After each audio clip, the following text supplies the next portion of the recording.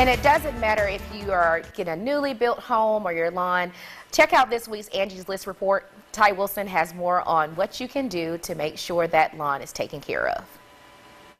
It doesn't matter if you're in a newly built home with no lawn or an older home with patchy spots of grass here and there. You have two options to turn your yard into a lush green showplace your neighbors will envy: sod or seed.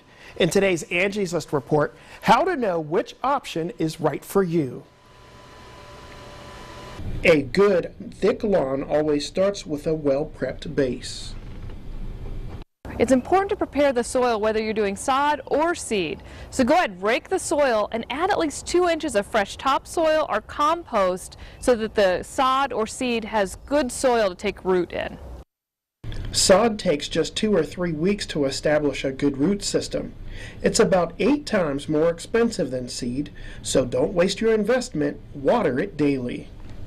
Keep it wet for a couple weeks. I mean, every day, 10 minutes a day, 2 times a day, because that helps. So all the roots are on the top of the sod, and so you don't need to soak the ground to get it wet. You want all the moisture to be in the top layer.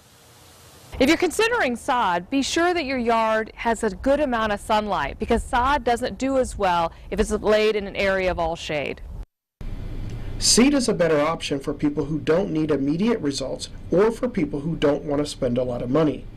A seeded yard develops a stronger root system because it's established in native soil. Fall is the ideal time to spread seed. Springtime requires more patience. Because they're so much cooler, the seed lays dormant, and then when it does germinate, it's fighting against a lot of the early spring weeds that are already germinating at that time. So I would much rather do seeding late summer through the fall. If you decide to plant seed, Angie says to buy the highest quality seed you can afford.